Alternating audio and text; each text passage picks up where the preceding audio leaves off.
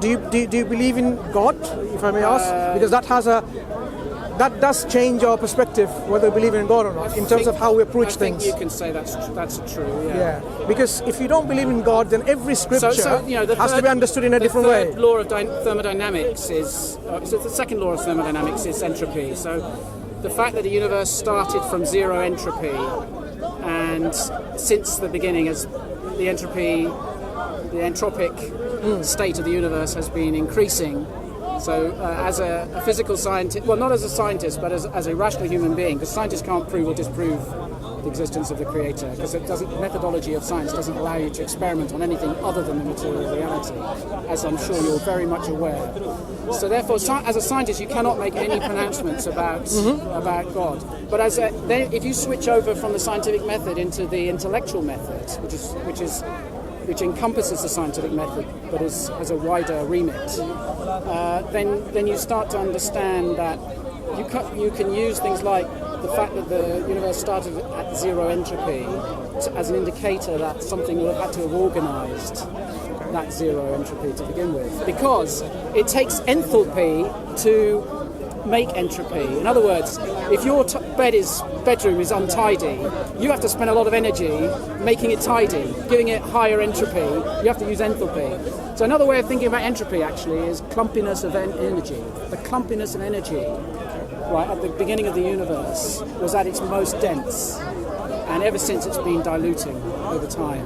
And the only reason that we exist is because of that thing up there, which gives us local entropy, which we're able to then translate into enthalpy, which allows us to, the trees, everything relies on photosynthesis, as you probably know.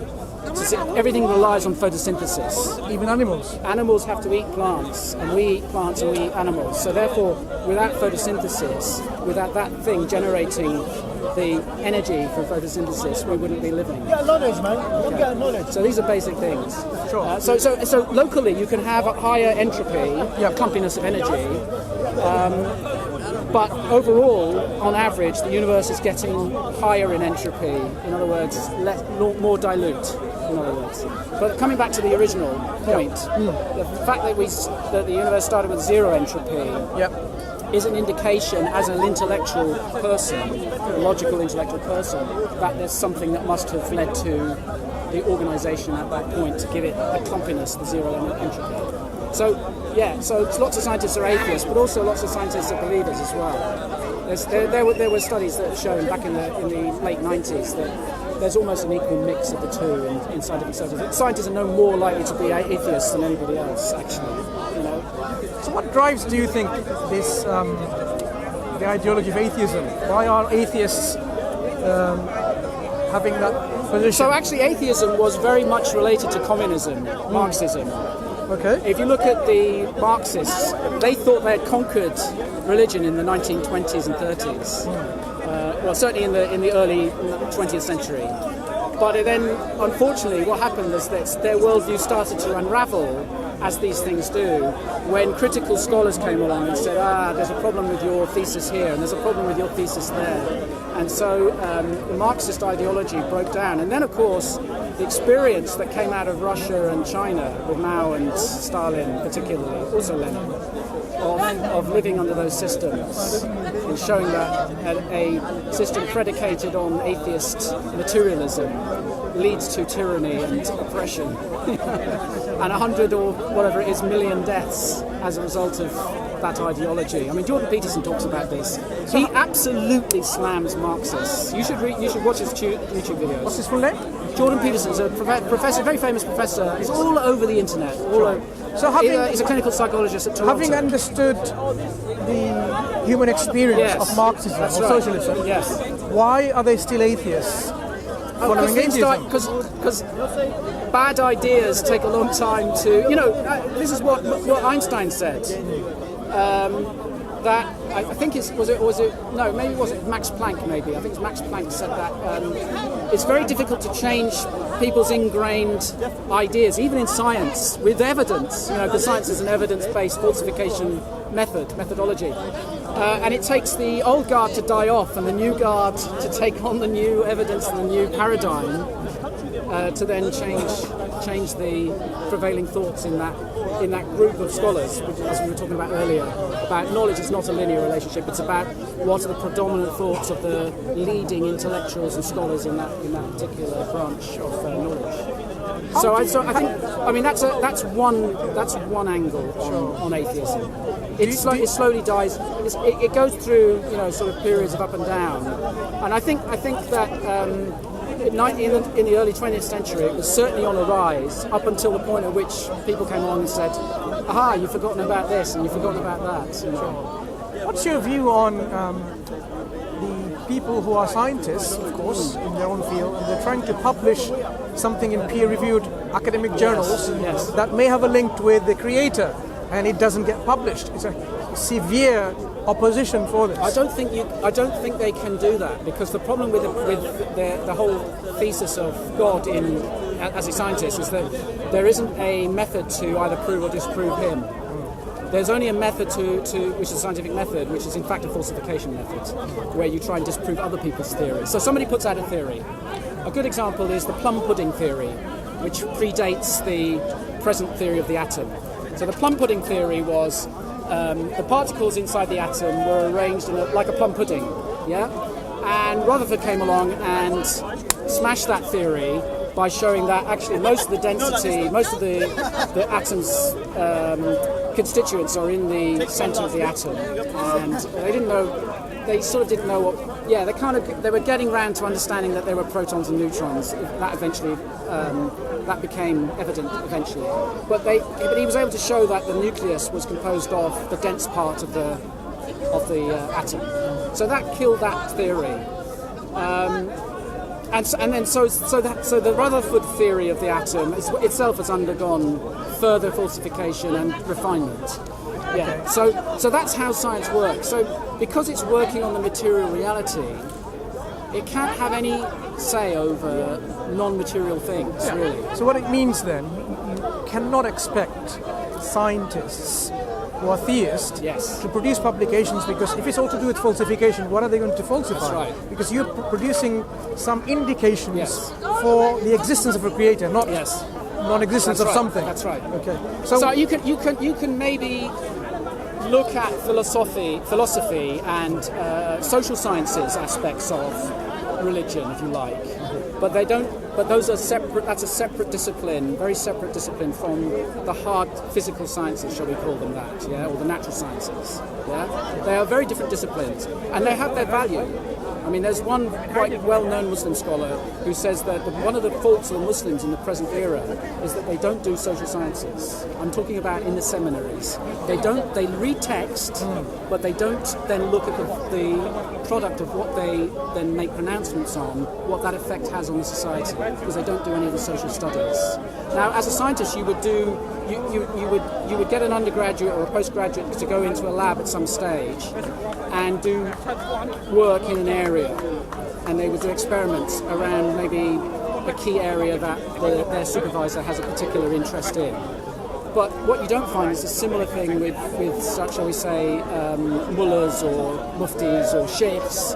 They don't tend to tell their guys, usually the postgraduate students, I have to say, they don't tell them, go out into the field and find out what's the result of this train of thought. We shouldn't be expecting muftis or sheikhs. We need academics. So there are academics in institutions, Muslim academics. Are they not doing that? Is that what you're saying? No, they're not. Generally speaking, there is a new generation who are. They tend not to be in the Middle East. They tend to be in Britain and France, Germany, obviously the developed countries, and particularly in America. That's true. They are truly academics in the sense that they've gone through a non-traditional, from an Islamic point of view, I suppose you would say, a Muslim point of view. They've gone through a non-traditional education where they've gone through BSc, bachelor's, master's, PhD, and then if they've been hired, then they become an assistant professor, postdoctoral fellow usually, assistant professor, associate professor, or equivalent in here, reader and professor, senior lecturer, reader, professor. So yes, you're right. Those are doing the job that the guys in the seminaries should have been doing, but aren't, because they are constrained by their own worldview, I suppose. Or Would in you another agree? way, should we not say they're constrained by their academia? Yes, maybe. Because their particular academia would not grant PhDs and so on, because it's not all seminaries who can give PhDs who are theological seminaries. We're true. talking about Islamic ones. Yes. And even if they did, Yes. there might be some that does exist. Would they be recognized in other bodies of academia? So Probably it seems won't. like we have two branches then. We have a kind of a traditional conservative seminary arrangement now, plus, particularly in the West, a academic approach now to Islam, which is very, very interesting. So this is why I'm coming to ask you about Sharia, Yeah. because I think this has a bearing on what this discussion is having. Will hopefully come around to addressing this interesting idea. Some of these interesting So ideas. what's your interest in Sharia, if I may ask? Well, I mean, I hear the word a lot, I read a lot about it, and I think there's a lot of confusion, both from Muslim and non-Muslims, particularly because the Islam, shall we call them, the Islam haters. I don't like the word Islamophobes, but those who hate Islam and have a vested interest in downgrading it or bad-mouthing it, they are using the term in a derogatory sense. And then on the other, that's one extreme. The other extreme is certain Muslims are saying that the Sharia is divine law, right? So those are I think, from my understanding, those are the two extremes. Okay. So from what you have studied from the academics, Yes. let's focus only on the academics. Yes. Whether you've read their tertiary materials Yes, or indeed. their primary articles, Indeed. what is Sharia in your understanding? So there's a range of opinion, Okay. okay? And it ranges from divine law, essentially, quite equal, Sharia. I mean, there are I can't quote the author, but I could probably find whose name it is. But Sharia equals divine law is one equation, and variations on that, all the way up to people like Khalid Abu Fadl, who says that Sharia is, I'm kind of interpreting him now, but my understanding is that I think he thinks that some of it is rooted in divine precedence law, but a lot of it is man-made, man-derived from the human intellect. Okay, so it's and the one thing that overrides everything seems to be the idea of a pathway to the watering hole. Yeah, That's the linguistic meaning. that's the linguistic meaning. Yeah. So what about your understanding? Because you are one of several da'is, aren't you? Yeah. Yes. But it doesn't What is make, your? but it doesn't make how- us specialists No, I in didn't say Sharia that. or any no, other but you field. have. But hang on, you have to somehow discuss your belief with the non-Muslims. Yes, right? How do you, when somebody who's a non-Muslim comes to you, how do you describe to them Sharia in a way that makes them convinced that it isn't something to be afraid of? For example, because there are different competing ideas. Yeah. Yeah, it's one. Okay. So if people understand Sharia to be only criminal law, Yes. then this is where the problem Yes. starts. Yes, Because exactly. you've already narrowed it down Yes. to certain aspects of a life's affair. Right. You can have personal law within your own home. Okay. How you deal with your family